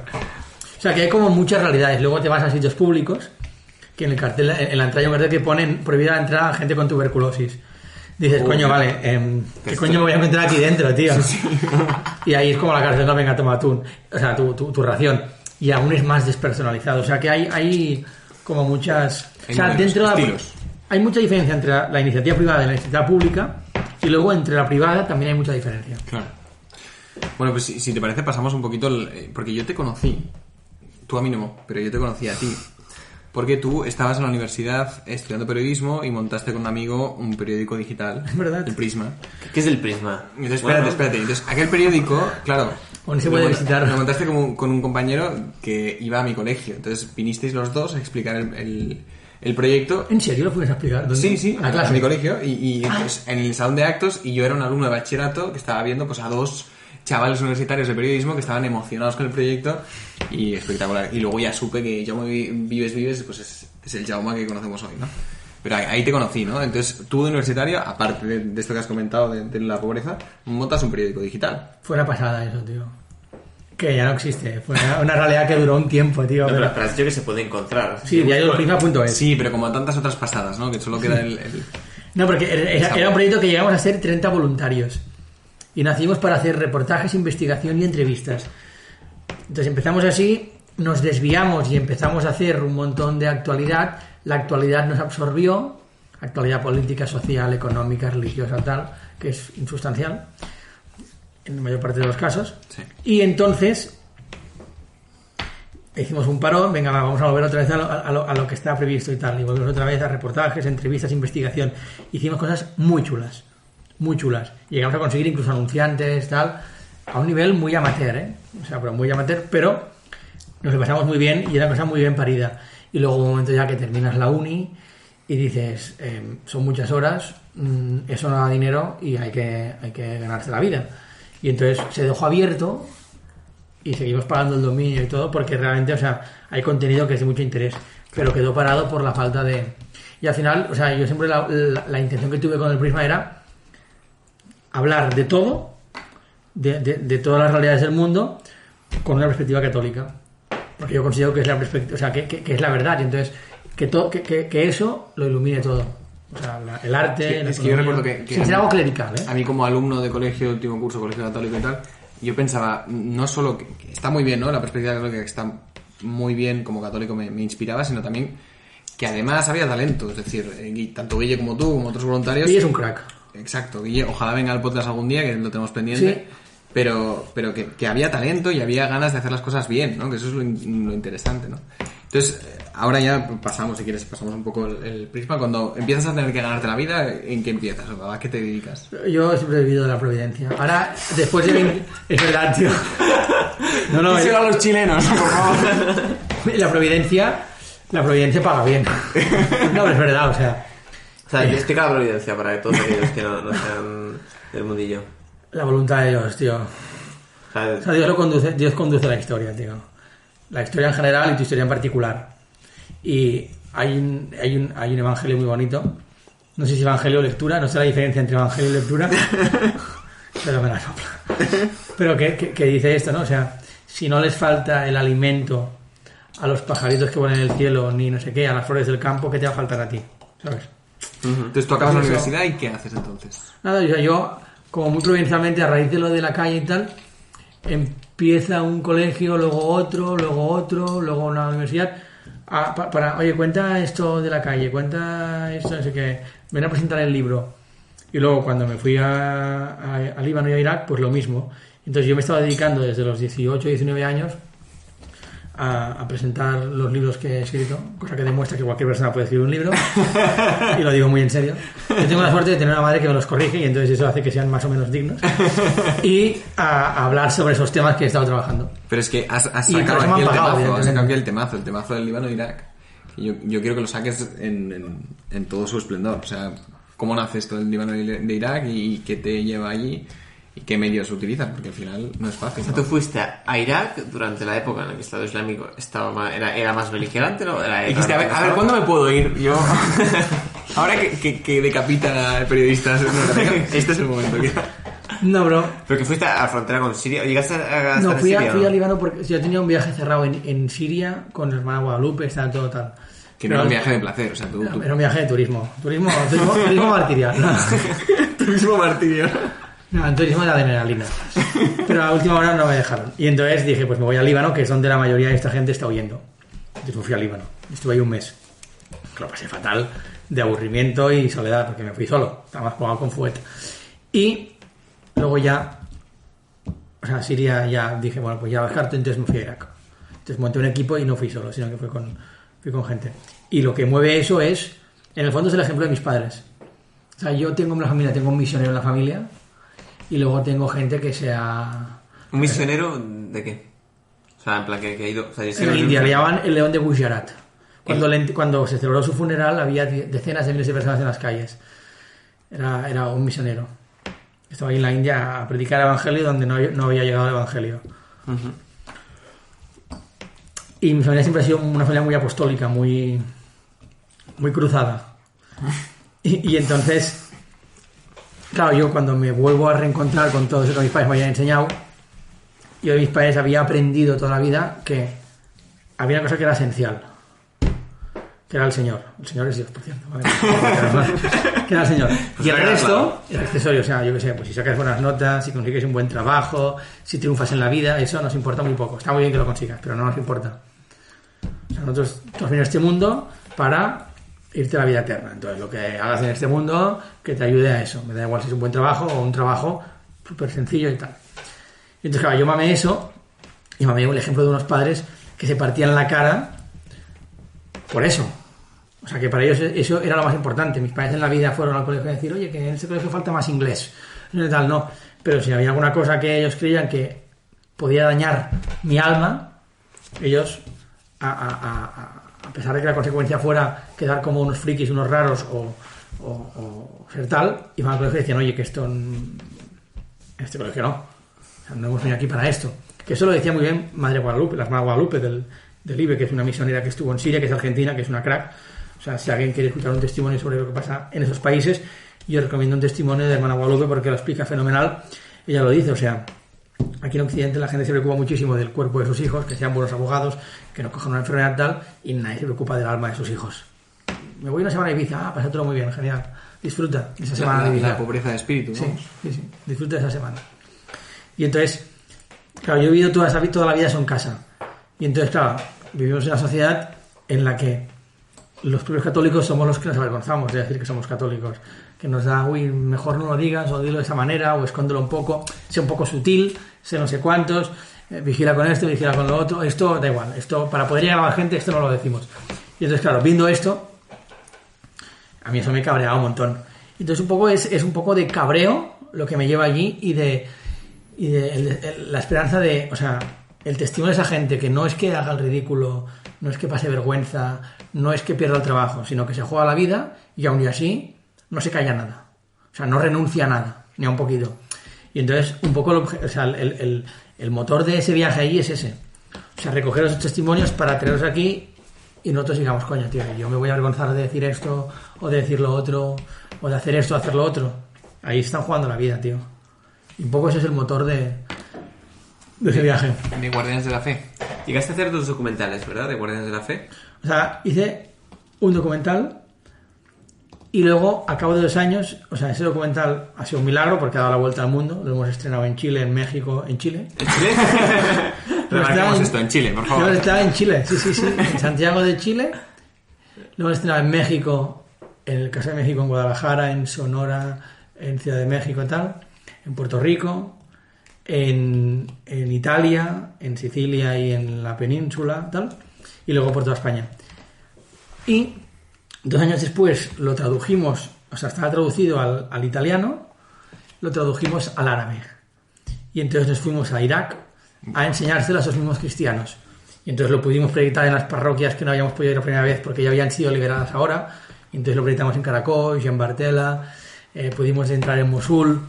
Y entonces proyectamos ese documental de esos cristianos para que viesen sus historias y para explicarles el bien que su testimonio había hecho Occidente. Y luego grabamos una segunda parte que era el Irak liberado. O sea, ahora que ya no hay guerra, o sea, es posible la paz y cómo es posible la paz. Y entonces es un documental, una reflexión sobre la paz que es muy bonito. O sea, es más espiritual que el primero. El primero es más cañero. O sea, el primero puede entrar más bien en un público más estándar. Y yo creo que a lo mejor entra más bien en un público pues con más inquietud. Y de alguna forma es un homenaje, ¿no? A todos los que se jugaron la vida, ¿no? Ver que eso luego tiene un fruto de paz y de convivencia, ¿no? ¿Y cuál sería bueno, a ver, ya es un poco fácil, ¿no? Pero un testimonio que se te quede, que digas, mira, tengo en la cabeza, me gustaría volver a contar este testimonio de aquellos cristianos de Irak? Yo creo que, o sea, es que en el fondo todos, pero en el fondo lo que más se te queda, que también es común a todos, es el modo. Es decir, gente que te está contando testimonios de mierda, pues haciendo coñas, con una sonrisa, entre bromas. Dices, a ver, tío, una cosa, o sea, digo, que has vivido durante 6 meses en la calle con tus 8 hijos, huiste de noche con el pijama puesto, tus hijos los repartiste entre coches, no sabías si iban a llegar vivos, llevas 3 años viviendo de la caridad, no tienes trabajo, matas las horas del día pues mirando al sol a ver si baila porque no tienes nada que hacer, y me estás contando esto entre bromas y me estás diciendo que el Señor nunca te ha abandonado. Y eso es común a todos. O sea, la situación puede ser chunga, puede ser mala, puede ser... Y eso te demuestra que no es una cuestión de que sean gente... O sea, no es una cuestión de actitud. Aunque la actitud pueda multiplicar, no es una cuestión de actitud. O sea, te das cuenta realmente que Dios existe, tío. O sea, estos tíos son una prueba viviente. O sea, yo puedo decir, sí, yo creo en Dios y a mí la fe en Dios me ha ayudado mucho. Vale, eso... Pero te llaman facha y se hace... Bueno. Voy a matizar. Eso es una cosa psicológica, ¿no? O sea, digo, sí, la fe, tal... Es que es curioso, pero una de las cosas que se usaba contra ti cuando saltaste a la fama con el tema del balcón de Cataluña es que en el Prisma publicó un reportaje sobre el aborto, en contra del aborto. Y como es católico, es ultracatólico, ojo, no era católico, sino es ultracatólico, y entonces todo lo que dice en cuanto, digamos... Todo lo político que dice, de golpe queda invalidado, porque es católico. Eso es una realidad del mundo en el que vivimos, es decir, que tu argumento tiene menos peso si eres católico. No sé por qué extrañas razón, pero el hecho de ser católico es como que pierdes el uso de la razón y ya no eres capaz de articular un discurso ni una serie de ideas, y entonces... Es que precisamente eso lo tenemos muy asumido, ¿eh? Y nos lo creemos, ¿eh? Lo hemos comentado varias veces en podcast. La entrevista que le da Juan Manuel de Prada a Buenafuente hace 1 año y medio, 2 años... Buenafuente le dice, literalmente le dice, pero a ver, tú, Juan Manuel, que eres una persona inteligente, ¿cómo puede ser que creas en Dios? Esta es la pregunta, ¿eh? A mí se me dijo un director de cine. ¿Ah, sí? Sí, me dijo, es que me gusta mucho tal y cómo te está, pero ¿cómo puede ser? O sea, pero lo que no me cuadra es que seas católico. Pero somos los católicos los primeros que nos hemos creído ese discurso. ¿Por qué? Somos los primeros que decimos, no voy a decir que sea católico, que soy católico, para que no me invaliden el argumento. Uh-huh. Si seguimos así, eso va en eterno. Pero lo que yo quería decir era que o sea, de lo de Irak, ¿eh? La cosa común a todos es que te das cuenta que no, o sea, que la fe no es un refugio, no es un algo psicológico a lo que agarrarse de mentalidad positiva. No es una superstición, no es un fetiche. No, o sea, que te das cuenta que no nace de ellos, que les viene de fuera, o sea, que el Señor les sostiene. Porque tú puedes creer en el Dios que quieras. Tú puedes rezar lo que te dé la santa gana y tú puedes pensar que el karma te recompensará. Da igual, piensa lo que quieras. Si vives lo que esa gente ha vivido, te vas a la mierda. A no ser que alguien te sostenga. O sea, no puede salir de ti la alegría y la paz con la que vives eso, a no ser que alguien te esté sosteniendo, porque es que normalmente no se puede explicar. Puede parecer fuera de contexto, pero ¿has visto la peli de Silencio de Scorsese? No. Vale, porque Peliculón. quizás es un tema que tenemos que hablar, ¿no? El tema de hasta qué punto es necesario el martirio si eres consciente de que estás en una sociedad hostil a tu religión, hasta qué punto es necesario posicionarte o no sabiendo que vas a acabar mal. Oye, que la peli al final la hace Scorsese, que era un ex seminarista que se mete en Hollywood, y que la peli es una excusa para explicar, bueno, al menos una excusa de justificarse porque salió del seminario y demás. A ver, Luis, tío, no seas tan psicoanalista. A ver, Scorsese cuenta una historia real. Bueno, una historia real. No, explica una novela japonesa. Explica una novela. Pero que es interesante, al final la tesis de la novela, ¿no? Que es que cuando tú estás en unas circunstancias adversas, ¿no? Como católico, es necesario que te posiciones y te juegues la vida, o a Dios le va a parecer bien que te escondas y que sigas creyendo en lo escondido. Ahí está el tema. No sé, o sea, a ver, al final es... Tú tienes un tesoro muy grande que has descubierto porque te has ido o sea, que has acogido. Ya está, entonces tú tienes ese tesoro muy grande y tú no, o sea, te lo puedes quedar para ti. Pero lo normal es que te han contratado en el mejor curro me pagan 100.000, hago lo que me sale del potorro. Di potorro, es muy actual. Es que esto lo vi hace poco, o sea, el perfil perfecto era una persona sin ética, pero extremadamente inteligente a la hora de trabajar, o sea, en el mundo capitalista, porque es decir, si no tienes inquietudes y luego trabajas a saco, o sea, entras en cualquier empresa. El robot perfecto, sí. ¿Cuál era el tema? Porque se me ha ido la cabeza, tío, el Málaga Virgen este. Pues estás hablando de Silencio y de... Ah, sí. Entonces tú tienes un regalo que has recogido tal. Claro, que tú tienes ese trabajo que te dice, oye, tal... Tú lo quieres comunicar y el tesoro que nos ha sido dado es mucho más interesante y mucho más importante que un trabajo de 100.000 al año, 3 horas al día y casa pagada. Es mucho más importante que eso. Entonces, no se me ocurre una excusa que legitime esconder eso. Y no solo eso, sino que además, o sea, es como intentar decir, oye, pues mira... yo quiero ascender en el mundo de los negocios, pero vengo de una familia muy humilde y mi madre es muy humilde. Mi madre fue, o sea, salvando las distancias, es un ejemplo muy, muy lejano a la realidad que tal, pero mi madre fue prostituta, imagínate, ¿vale? Que no es el caso de nuestra fe, pero mi madre fue algo que la sociedad no entiende, que la sociedad ve como malo. Entonces yo voy a esconder lo que es mi madre, yo voy a esconder quién es mi madre. Y es que en ese caso, o sea, ni siquiera, no pongas prostituta, hagámoslo más fácil. Una señora muy humilde, con poca cultura, muy sencilla. No quiero decir quién es mi madre, porque así puedo conseguir, a lo mejor llegar más lejos, no me van a mirar con la, tal. No vale la pena llegar más lejos si es a costa de avergonzarte de tu madre. Infidelidad a tu madre. Exacto. Sí, sí. Entonces no se me ocurre una situación en la que digas, por estrategia voy a esconder tal. Aparte es que regalar el discurso precisamente a los que dicen eso, ¿no? Estás invalidado para hablar del aborto porque eres católico.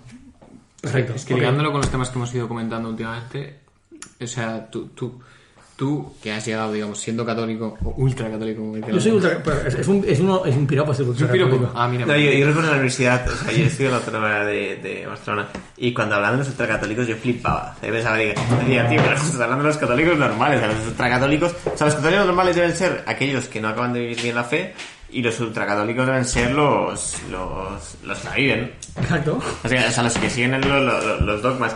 Y cuando decían, en plan, no, es que los ultracatólicos están en contra del aborto, pensaba, tienes la doctrina social de la Iglesia Católica, o sea, es decir, no puedes ser católico si estás en contra de cosas tan importantes, ¿no?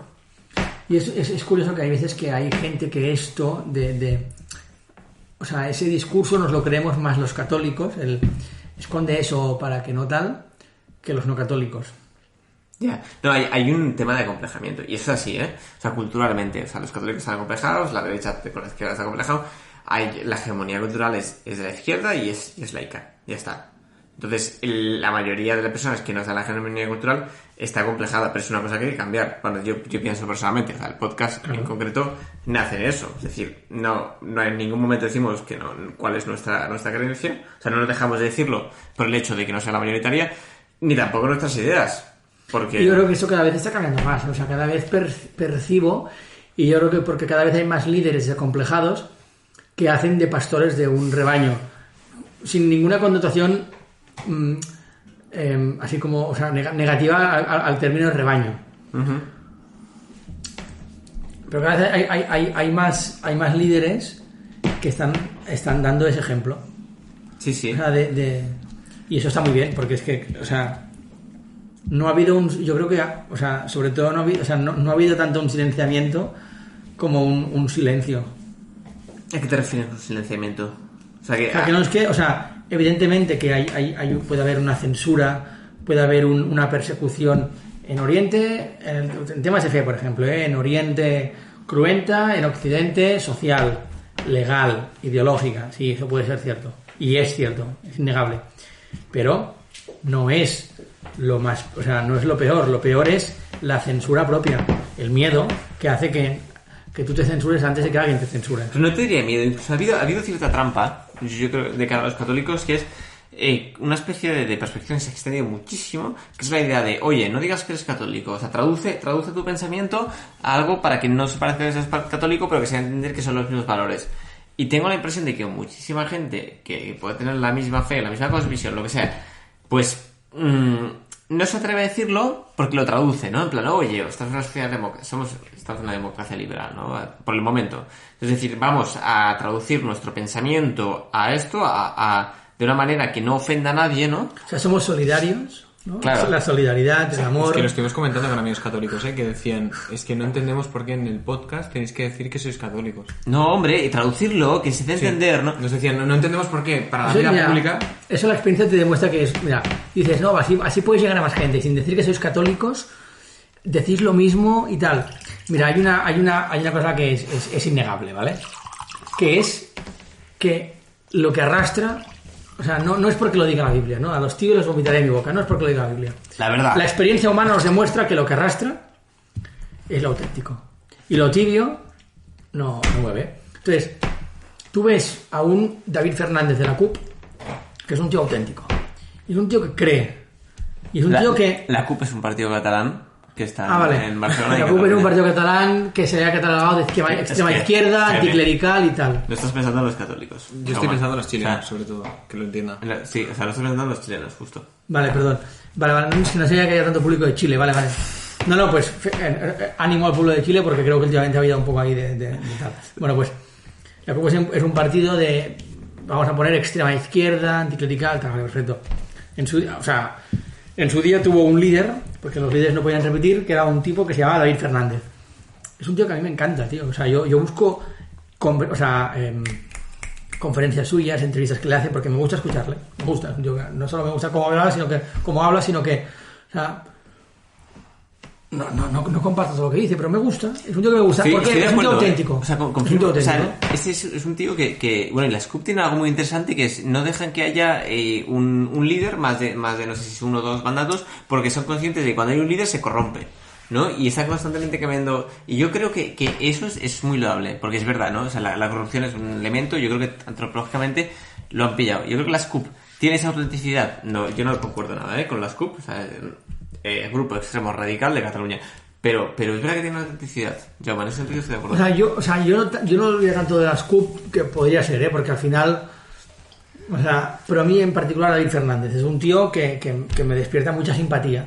Es un tío con el que me iría de cervezas y estoy convencido que me entendería. Pero porque admira su autenticidad. Sí, y eso es lo que arrastra. Entonces, pensar que lo que va a hacer triunfar, por ejemplo, digo por lo que decías de vuestros amigos, lo que va a hacer triunfar el podcast es esconder lo que eres, es como si David Fernández dijera, pues voy a parecer un poco ahí, o sea, es que no tiene ningún sentido, o sea, y lo ves muy claro, también, por ejemplo, en colegios o órdenes religiosas, volviendo al tema de la fe, o sea, donde la fe se vio con autenticidad, hay frutos, que son vocaciones, y donde se vive como, pues, vergüenza, monjas solteras, ¿no? Que monjas que pueden ser solteronas o sea, deben ser solterones. Sí, justo. Pues eso, una alternativa a la soltería. Dice, pues para ser solterón, lo soy bien, coño. Lo soy bien, ¿no? O sea, digo, no... No, o sea, sí, justo yo con Donald Trump pensaba lo mismo. Es decir, Donald Trump es famoso... Ojo, yo podría poner muchos matices a Donald Trump, pero es famoso por no escuchar a los politólogos diciéndole qué tiene que decir para que le voten. Exacto. Y él dice, y igualmente le acaban votando, ¿no? Y es un poco la misma lógica, ¿no? Es decir, o sea, no te estás adaptando a la realidad para que te voten, sino estás siendo auténtico. Es una persona... Y claro, tal vez que en nuestro ejemplo las monjas es más incluso seductor, ¿no? Pero yo escuché una monja que les acababan de quitar el colegio, ¿no? Porque le habían vendido, o sea, no quedaban monjas en un colegio concreto y se lo habían dado al Estado, ¿no? Lo habían donado. Y decía, bueno, no pasa nada porque igualmente el Estado pues va a educar en el bien y en el mal. Y hablaba de pues esta especie de ideología que viene del bien y del mal que es en la actualidad. Y yo pensaba, digo, pero ¿qué me estás diciendo, no? Es decir, o sea, no es no es el cristianismo. Es decir, o sea, ahora mismo estamos en una especie de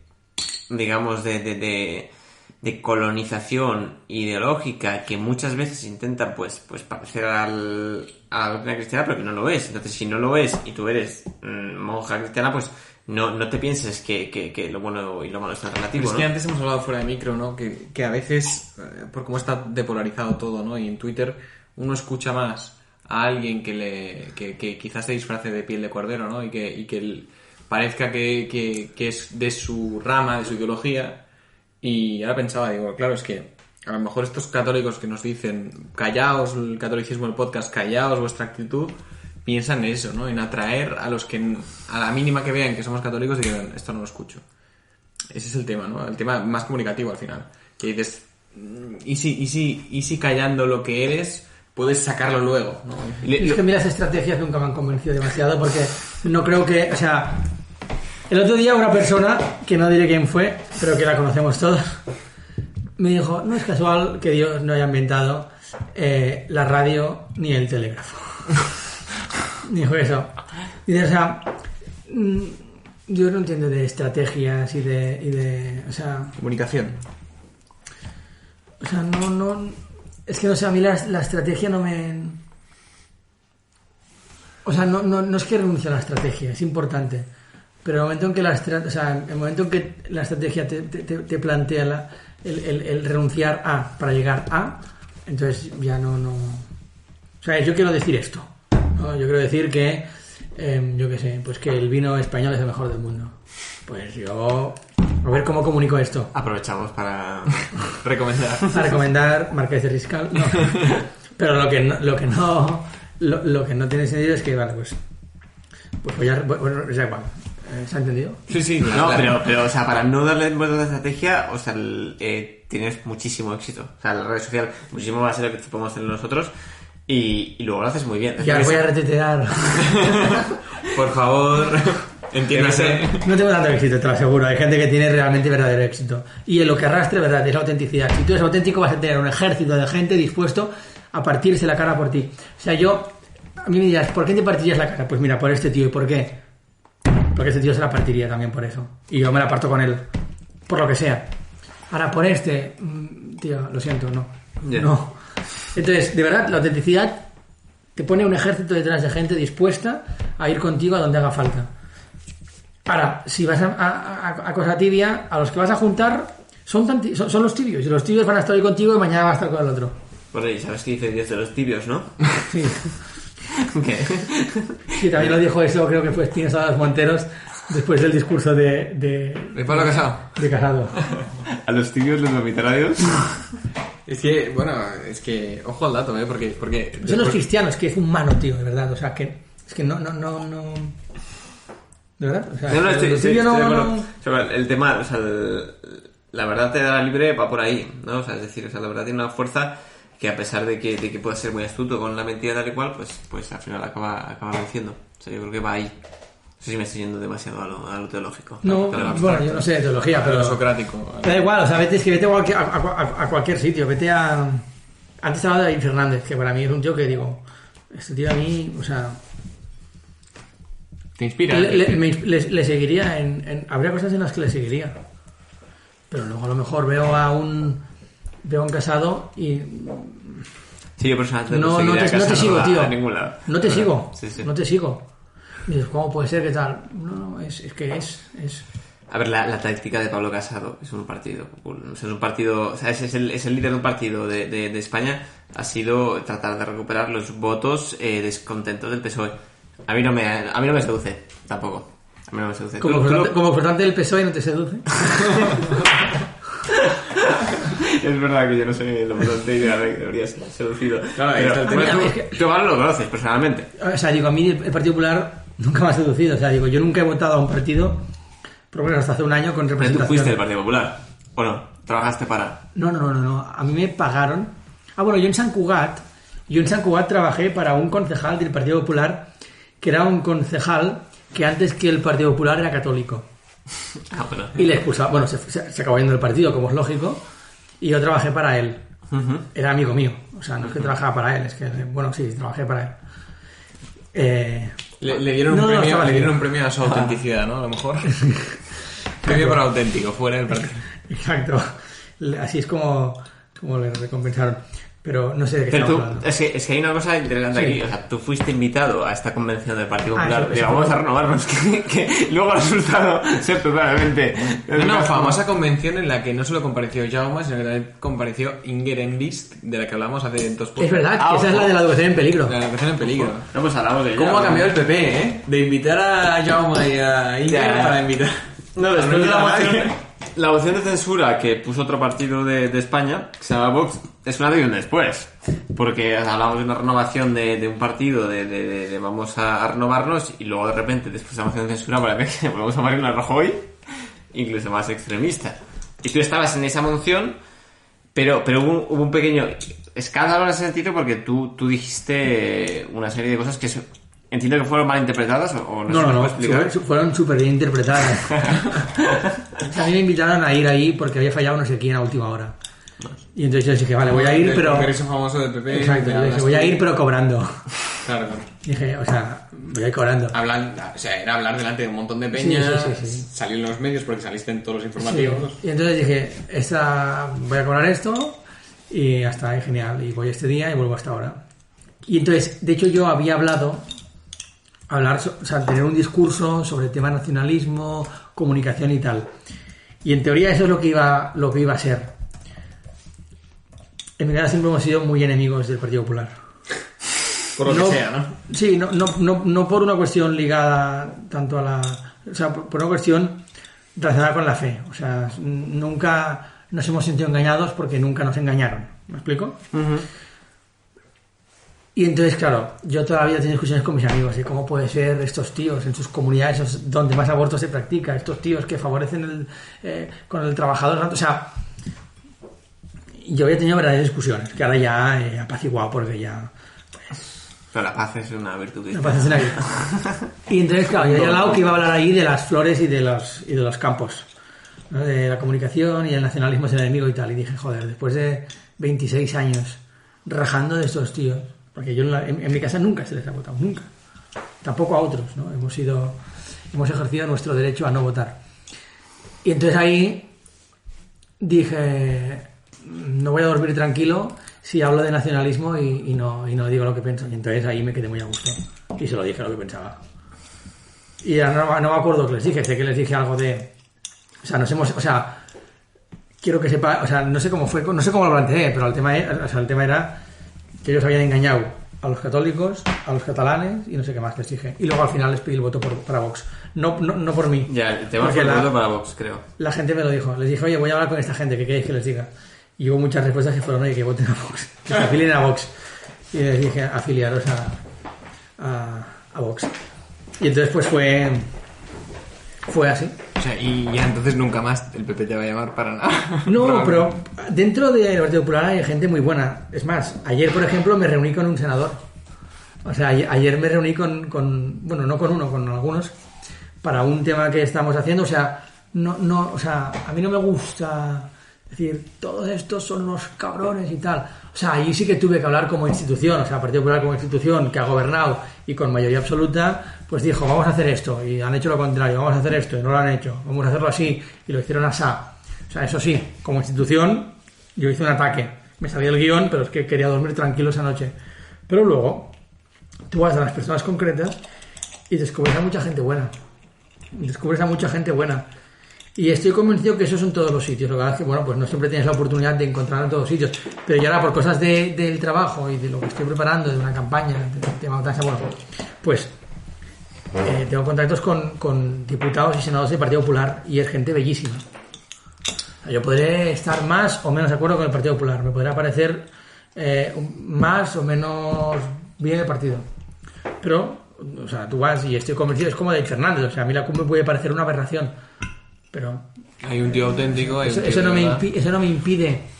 O sea, es que yo de verdad, o sea, aunque a veces haya podido dar la sensación contraria, no suelo odiar a la gente. O sea, puedo ser muy beligerante con algunas ideas, puedes pero poner no suelo... un altavoz muy alto. En mi balcón. Pero no suelo... Lo del referéndum, que has dicho que ibas a contar algo. Pero no suelo... pues mira, por ejemplo, la noche antes del referéndum lo que hicimos es... Es una cosa que no me ha gustado. Explica qué es el referéndum, porque tenemos... Joder, puto Chile, tío, que dejen de escucharlo, porque hay que explicarlo todo para esta gente, tío. No, porque para ellos un referéndum es otra cosa. Y ya la cagamos. No, el referéndum era una votación para decidir si Cataluña tenía que ser independiente o no. Pero era una votación que no tenía ningún amparo legal. Al principio iba a serme vinculante, pero luego la ilegalizaron. O sea, una votación... Pero es verdad que en 2012 hubo un referéndum no vinculante, que era más o menos legal, y luego es verdad que en 2017... 2014, perdón. No, 17, ¿eh? El primero el no vinculante, el no vinculante es 2014. Y en 2017 se hizo uno que era totalmente al margen de la Constitución, que fue muy gracioso porque, bueno, a mí me pareció gracioso porque Puigdemont, que era el presidente de Cataluña, de la Comunidad de Cataluña, le pidió a la Comisión de Venecia, le dijo, por favor, la Comisión de Venecia le pidió Puigdemont al presidente de la Comisión de Venecia, que es una comisión, se llama Comisión de Venecia, pero es Comisión de la Democracia y el Estado de Derecho, le pidió que viniera al referéndum de octubre para ver si era democrático, y le respondió, el presidente le respondió: muchas gracias por la atención, pero todo referéndum que esté fuera de la Constitución no es democrático, y no vino, literalmente. O sea, que, a ver, que sea algo que al resto, yo creo que cualquier persona que no sea catalana lo verá muy obvio, pero bueno, sigue, sí, a partir de ahí sigue. O sea, el tema es que era un momento que había mucha crispación en la sociedad catalana. Había un... O sea, no voy a entrar en ninguna cuestión política, ni histórica, ni social, ni nada. Me da indiferente, o sea, me da igual. O sea, digo, porque para eso da el tema. O sea, da igual, para este tema da igual. Entonces había como mucha crispación, ¿no? O sea, unos a favor, unos en contra. Los que están a favor estamos en nuestro derecho, los que estaban en contra, o sea, eso es pisotear la historia de nuestra tierra, es vulnerar nuestros derechos, bueno. Y entonces... Al final la ley, la justicia dice no se puede hacer este referéndum, hay que cerrar los colegios por la noche. O sea, no se pueden abrir los colegios por la mañana, los colegios electorales. Y entonces los independentistas, los indepes, ¿no? Pues dicen, pues vamos a organizar actividades escolares el día 31 por la noche, que se van a alargar durante la noche, y entonces vamos a ocupar los colegios el 31 por la noche y el 1 por la mañana la gente, el colegio estará abierto porque no se habrá cerrado, no lo podrán haber cerrado, y entonces votará. Bueno, da igual. Entonces esa noche... Estábamos un grupo de amigos, dijimos, tú, ¿qué hacemos, no? ¿Qué hacemos? Y entonces, o sea, fíjate que o sea, ahora cuando os explique lo que hicimos, veréis que nuestro deseo en el fondo era humanizarnos. Es decir, que ellos nos humanizaran. Porque al final era todo tan... Este tío es un dialéctico, ¿no? Sí, de este tío es el enemigo y si se muere me voy a alegrar, ¿no? Y si tal... Y al final no te das cuenta que estás hablando de una persona, ¿no? Y de verdad, o sea, que la victoria de los malos es que nos deshumanicemos. Y me acuerdo que lo que hicimos fue, éramos varios coches, varias motos, y entonces íbamos a los colegios electorales donde estaban haciendo ahí, pues ellos cantaban sus canciones, están aquí haciendo noche hasta la mañana del día 1 de octubre. Y entonces íbamos con los coches, parábamos enfrente del colegio electoral, que estaban todos fuera, ¿no? Fumando, hablando, tal, bueno, gente normal, ¿no? Y les pusimos la canción de Charango. Charango es un grupo catalán muy bueno, que a mí me encanta, que es de rumba catalana, rumba ska, bueno, muy chulo. Y entonces les pusimos una canción de Charango muy chula, que ahora no, creo que es Tandabó la canción, se llama Tandabó, pero bueno, es igual, una canción de Charango. Y entonces la escuchaban, venían ahí un montón de coches y salían y decían, joder, estos cabrones han venido aquí a apoyarnos, qué grandes que son. Y entonces salían de los colegios electorales con los móviles, mecheros, aplaudían, nos saludaban, nos venga, forza, ànims, tal. Y entonces acababa la canción, himno de la Legión, banderas de España salían del coche, y de repente, con las banderas de España, el himno de la Legión. Y entonces de repente, y la cantábamos, ¿no? Y seguíamos bailando. La gente empezaba a insultarte, no sé cuántos, tal. O sea, en nuestro corazón, en el fondo, lo que había era el decir, oye, mira, nos habéis visto como gente normal, porque somos normales. Somos normales. Pero nos gusta esto, y estamos en contra de eso. No nos puedes deshumanizar ahora, porque hemos sido, ya has visto que somos humanos, ¿sabes o no? Me acuerdo que en un colegio nos encontramos a un amigo, por ejemplo, amigo de varios de nosotros, que estaba ahí durmiendo esa noche. ¡Hombre! ¡Alías, tal! Entonces, justo ya las... No, era otra Alías. Justo había unas rejas en ese colegio y tal, se acercó, nos dimos la mano, nos saludamos, hablamos, tal, no sé cuántos. Claro, la gente no entendía nada. Decía, ¿cómo es posible la amistad? ¿Sabes?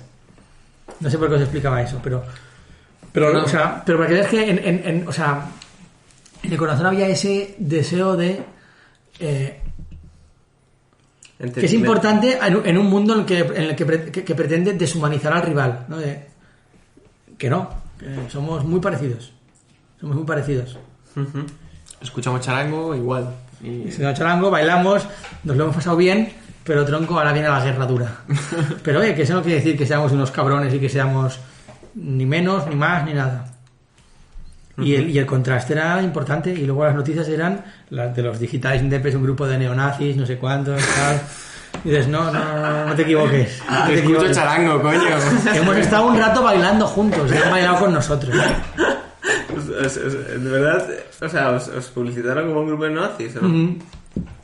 Si buscas, en el Nacional, por ejemplo, salió. Sabemos que lo lleva.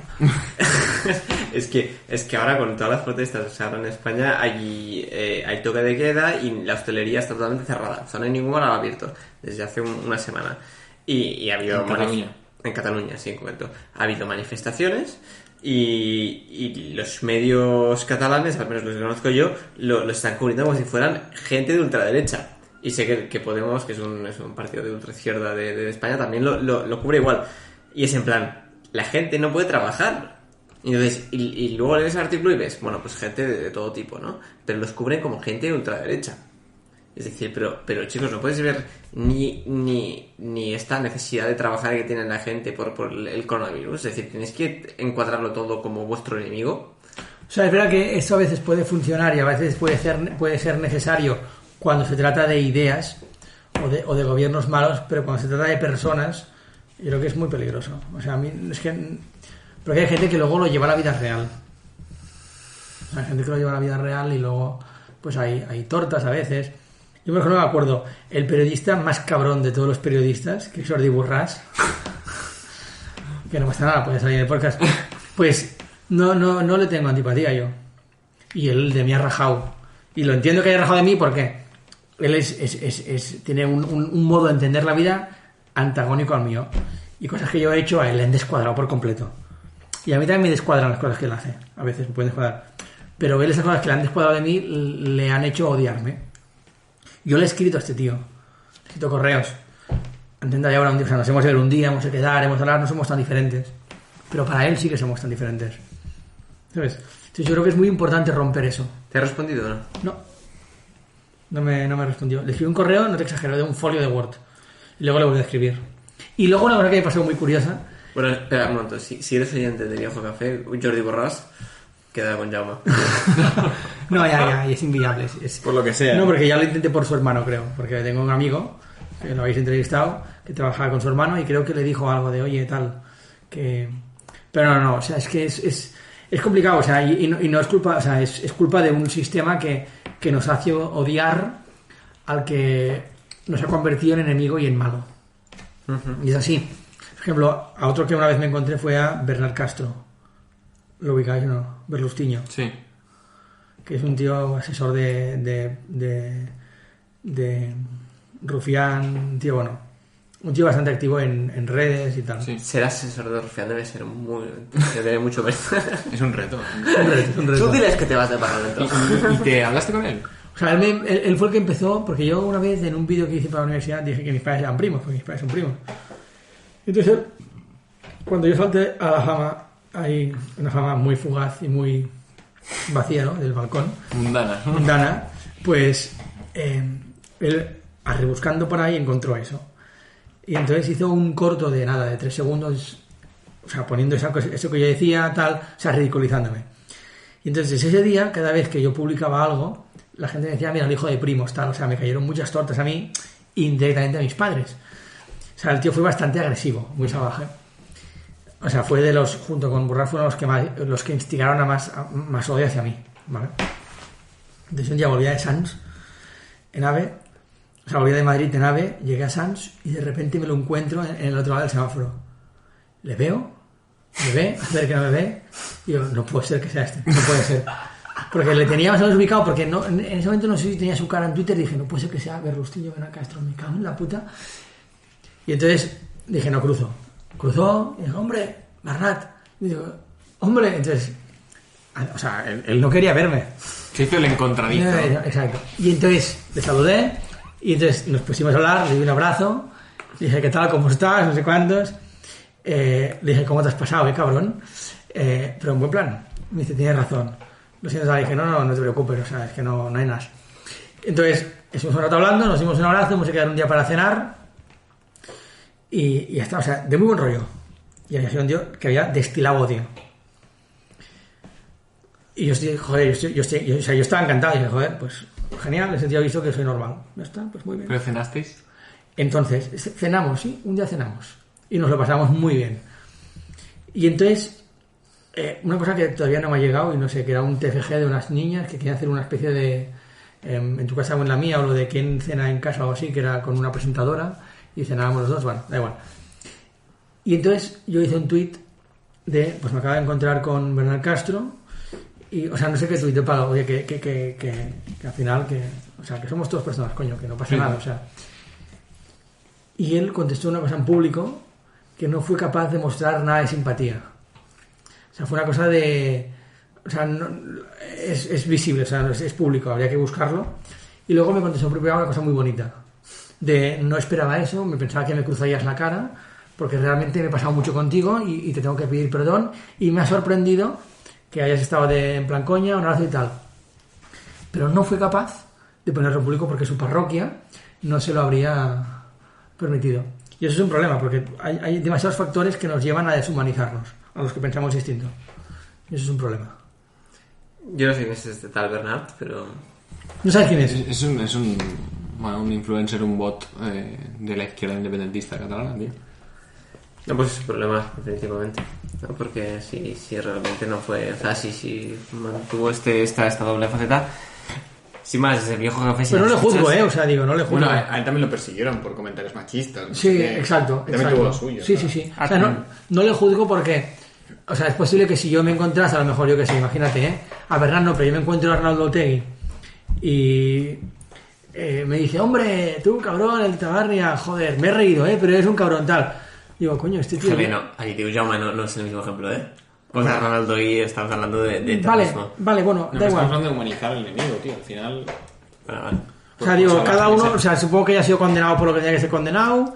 No tengo ni idea. O sea, que sí, que habrá hecho cosas malas. Y yo también he hecho cosas malas. Y digo, y a lo mejor no se arrepiente y tal, sí, no lo sé. Pero detrás de cualquier hijo de puta, y yo puedo ser un hijo de puta, hay alguien que necesita amor y que eso no quiere decir... Sí, no, hay un hijo de Dios o sea, y eso no quiere decir que le digas, has hecho esto, no pasa nada, te lo perdono. No, pero toda persona necesita. Bueno, pues a lo mejor me diría eso y sería yo el que diría, no, o sea, públicamente no puedo decir que nos lo hemos pasado bien tomando unas cervezas. Claro, y a lo mejor he puesto un ejemplo desacertado, no lo sé. O sea, tampoco lo he pensado mucho. Pero... O sea, que digo que... podría darse, o sea, podría que me da pena, pero que lo entiendo, exacto. Que es una cosa que entiendo. O sea, que a mí no me pasa, pero que puedo entender que a otra persona, pues... Y eso es un problema. Nos hemos ido por las cerros de Úbeda. No, pero es un tema, Esto es propio de un podcast. Pero es un tema... Antes era un tema que me parecía más importante, porque yo en la época del 17 de octubre del 17 y tal, lo vi muy evidente, que nos estábamos deshumanizando.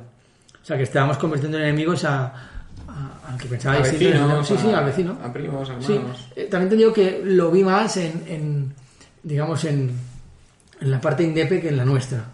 Pero también es verdad que es posible porque sea por donde yo estaba, en la situación en la que yo estaba. Pero a mí me da la situación eso, ¿no? Que era... Pero en cualquier caso, o sea, en ese momento lo vi como una cosa más... Y me dio mucho que pensar. Ahora no es una cosa que viva tanto. O sea, no lo veo... No, sin duda. Ya son las 8:15, no sé si tú tienes compromisos ahora para acabar. Posible que me hayan llamado, pero bueno, ahora me iré. Tengo una merienda, tío. Que ya No, no pues sé. Sí, con el toque de queda solo son meriendas ahora. Es que todo se ha dicho, o sea, llevamos probablemente... Esto es un café, una tertulia. Es el viejo café, ¿no? Este es el viejo café. está Que bueno. aquí no he visto café, yo solo he visto alcohol, tío. Aquí en la mesa hay 6 cervezas vacías. Tan auténticos no somos. Y un Málaga Virgen que ya no queda Málaga Virgen. O sea, que Lo has realmente traído está- tú has invitado. Ah, bueno, está bueno. Gracias, Jaume. No, pues básicamente era esto. O sea, no sé si tenemos algo en la recámara, pero ya hemos pasado, llevamos 1 hora y 40 minutos. La recámara no sé qué puede haber, tío. Eso, siempre se puede profundizar, tío. Pues si os parece lo dejamos aquí, si no hay nada más por decir. Me parece muy bien. No, pues Jaume, muchísimas gracias. Vosotros. Llevamos prácticamente desde agosto consiguiendo esto, pero ha valido la pena. Hay gente que lleva esperando más. Probablemente. No, nos hemos dejado un tema de la recámara, que es el tema de la eutanasia. Pero no sé si quieres... Si queréis podemos emplazar a un segundo podcast. Claro. A mí me parece genial. Pronto lanzaremos la campaña, pero bueno, ¿has apagado ya o no? No. Le podemos decir a la gente que visite una web por ahora, que es vividores.org. Vividores.org. Sí. La idea es tuya, ¿no? Vale, a ver cuadra. Pero no estoy solo, ¿eh? O sea, digo, somos un me grupo de gente que es un regalo que esté allí. Y Pablo, Carmen, Fernando... O sea, Sí. Lo voy a poner en la descripción de todas formas del podcast, vividores.org, para que quien quiera entrar, que entre. Y sobre todo si es española. Chilena también nos gustaría estar, ¿eh? Chilena, bueno, pero todo- la todo- eutanasia es más española. Pero podemos empezar a un segundo podcast, entonces ya vosotros compráis el alcohol. y ya. Bueno, la cerveza la habéis puesto vosotros. O sea, está bien. Vale, genial, pues muchísimas gracias, Jaume, y nos vemos la próxima.